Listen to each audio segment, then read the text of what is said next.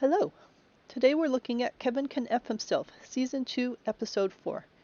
In the previous episode, we were finally getting some authentic, realistic reactions out of Allison and the way that she is dealing with her situation. It was no longer feeling like an Allison sitcom near the end and more like an actual drama exploration of what it would be like to be a battered woman. The filler I'll use for this episode is the Worcester Clock Tower because this was a very famous location in Worcester. It used to be one of the first mentally care facilities in the U.S., and they had to tear down the building, but they left the clock tower up as a reminder of that, and then the rest of the building around it is a new structure that much does the same sort of thing, helps people with mental challenges. So this is a topic that's very important to me. So this episode starts strongly. Allison is feeling very realistic. She knows that this guy could wake up at any time and destroy her life. She knows that Neil could decide to speak out at any time and destroy her life. And she just had the knowledge last night that she just can't live with Kevin anymore. She needs to go. She has a name chosen. And this gives a strong feeling that this episode is going to launch off and finally see Allison do something to be able to take care of herself.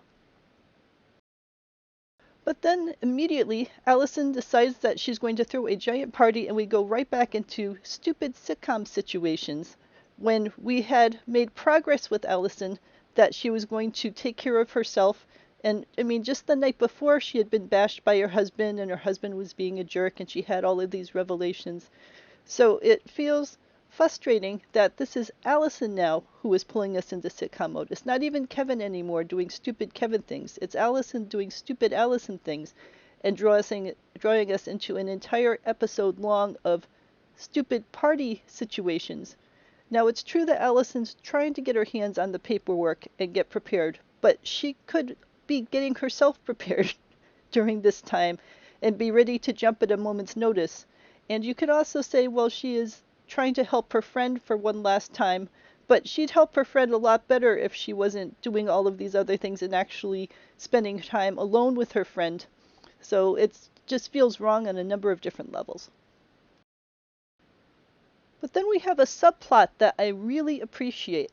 The aunt had gone down south, and the way they phrase this, it makes it sound like the husband went down and beat her up and dragged her back and then stuffed her into a care facility or something. But what they're actually saying is that the husband went down, pled his case, said that he really needed her, and that she was willing to come back and stay at a local hotel and be able to think about things. So I appreciate that they show how complicated that can be. The aunt wanted to leave the husband, but the husband is someone that she's known all this time. She still has some feelings for. And when he tried to say that he was going to change and make things better and all that other kind of stuff, she waffled. And she knows that she wants to leave him, but it's also hard to leave him. How is she going to pay the bills? Where is she going to leave? Is she going to be lonely all the time? And I really appreciate that subplot. I just wish that the subplot wasn't stuck in with all of this other silly party stuff. There are so many other storylines they could be covering here right now, rather than just having a party. And then the response that we get from Allison about her whole aunt situation is completely baffling. In essence, she is saying that it would be depressing if her aunt stayed with Chuck, the husband, because he's so abusive. But it would be depressing if her aunt left Chuck because now she'd be a woman on her own. And Allison is looking down in desolation at the thought of a woman being on her own. But that is what Allison has wanted from the very beginning. She dreams about being on her own and being able to do what she wants and go where she wants and so on. So the fact that in that scene she's saying, oh, it would be depressing for a woman to be on her own, just doesn't make sense to me in the context of everything else that we've seen about her up until now.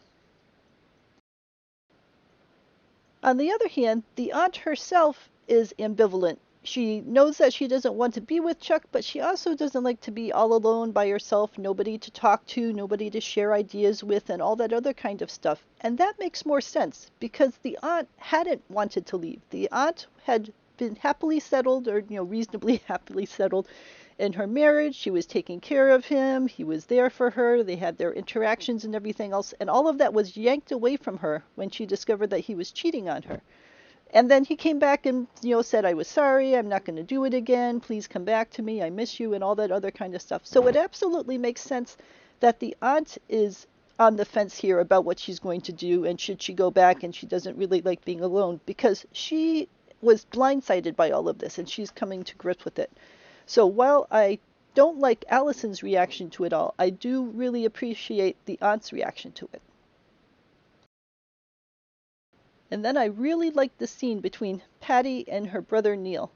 Neil has one thing in his life that he's good at, and that's skating around. And this is his one chance to really show that he has something in his life that he's talented with. And it also reminds us that, I mean, he has brain injuries that Patty caused him, and then Patty tied him up, and he's supposed to just forget about all of this thing, for the sake of Patty and Allison. And he's trying to cope with it, but he's turning to drinking. He's still clearly fairly upset about it, which rightfully so. And then Patty feels guilt about all of this, but she still wants attention paid to her on her birthday, and the whole dynamic between them is really well done. So those two feel quite authentic. And again, I'll give kudos to Neil for just all the different layers that he brings towards it. But Patty is reasonably good too, in the way that she's showing the different complicated feelings that she's dealing with in this situation. So I do greatly enjoy that subplot that they have going on here. So then Tammy realizes that Allison's been having an affair with Sam. And Allison says, well, people would say I should just get divorced. And Tammy says, well, it's not that easy. And I can understand Tammy not wanting to judge Allison for having an affair. And that's an entirely separate problem in my head. All right, so she had an affair, people do those sorts of things, and that's okay.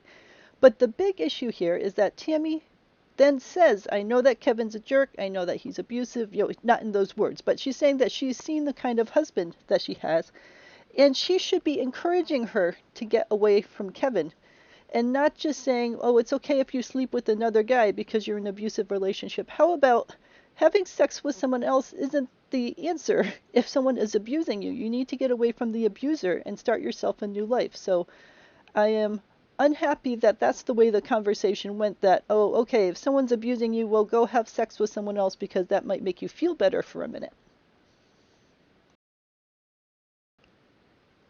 The next we have a scene with Neil and with the aunt.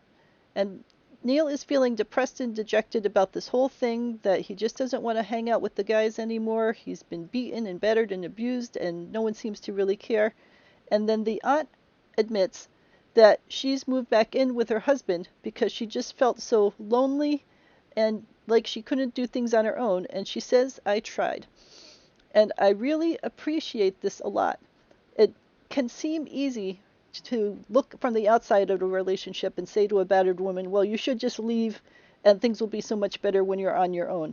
But for someone who has been stuck in that relationship for a while, they get used to it, and they have been told so many times that they can't live on their own that it sort of becomes a self-fulfilling prophecy, that they try it and then they hit small hurdles and they say, oh, see, look, this just proves that I can't be on my own.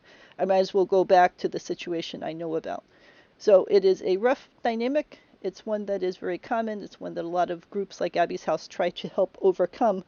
But I like that they're showing in here that she tried and that she ran into trouble, and I'm really hoping that she then finds the strength to be able to move out fully and that she doesn't get stuck in that cycle. But I do appreciate that they showed this cycle where someone is in a bad situation, they try to get out, and it just becomes a challenge and they fall back into the situation that they feel more comfortable with.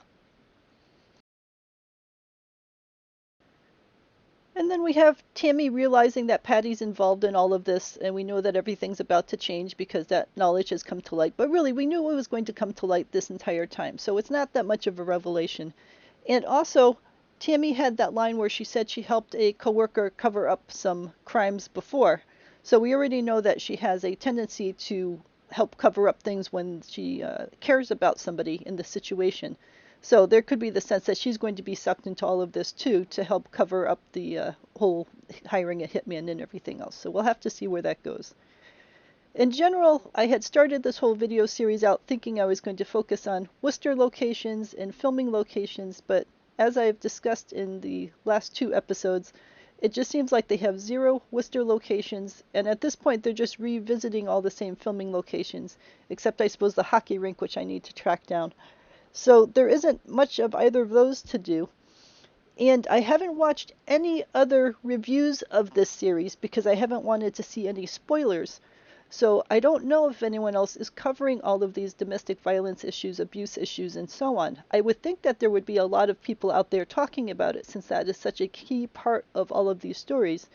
But I began to realize that just in case no one else is covering them, at least someone should be talking about it, and hopefully I can talk about it with a bit of background since this is an area I feel strongly about and have done a fair amount of work in. So we will see going forward if there's any Worcester references I can mention or any local scenes that I haven't gone over in great detail already with it. But I think since we've only got 4 episodes left at this point, that I may talk about as well these issues that I'm seeing that they're finally getting some authenticity involved in them too. Before it was just so sitcom-y that it was frustrating, but we are finally seeing some glimpses of authenticity out of Allison's behavior, Neil's behavior, and Patty's behavior. So let me know if you have any questions, and I will go on to the next episode.